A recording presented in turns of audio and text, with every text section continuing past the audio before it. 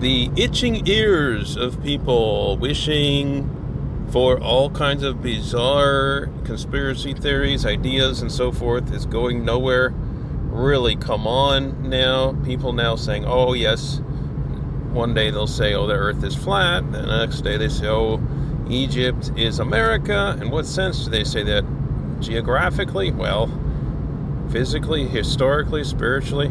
Yeah, there's a lot of things that are just ridiculous about any kind of notion of that regard. But here we have all sorts of people just running to these kinds of silly ideas. It says every wind of doctrine. Now people will even say that the God of the Old Testament is the devil, even though his only begotten Son is Jesus the Christ, and fulfilled that law perfectly, and did it in the right way as intended. So now, just give it up. Come on. We don't need more detractors. Either you're with Christ, you're with him, and you have the source, okay? Or you're just with the detractors. So let's realize King Jesus has the victory. He won at Calvary. And every principality is under our feet, it says. All powers and principalities, dominion and might, they are under our control. It says that the last thing to be defeated is death, and that till then there's some rebels who might try and sneak out from under our feet, but it says they're going to keep getting subdued back under there where they belong, as it says. And that's what you have. Sometimes the demonic kind of type people and spirits and all of that will think they have power, but no, they keep ending back where they belong, under our feet. And finally, it says they'll all be ashes under our feet.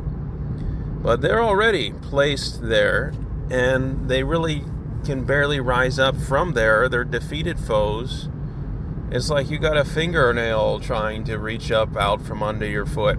But you're in Christ. If you are in Christ and he is in you, that is quite a victorious status. It says that they who say they are Judah and are not will say, God loved you, and will bow at your feet.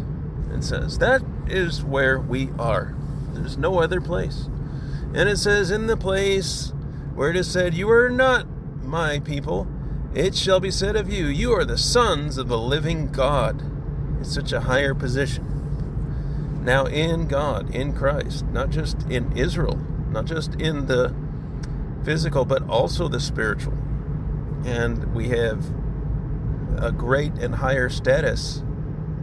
As it says, he that is joined to Yahweh is one spirit. And that the first man, Adam, was a living soul, and the last man, Adam, a life-producing spirit. That's the last man, Adam, was called in Christ. The man, was called the second Adam, Jesus the Christ, okay? The second Adam. And better promises and so forth. Not neglecting or removing his eternal laws, but fulfilling them and bringing about what was foretold, that he not only with his Son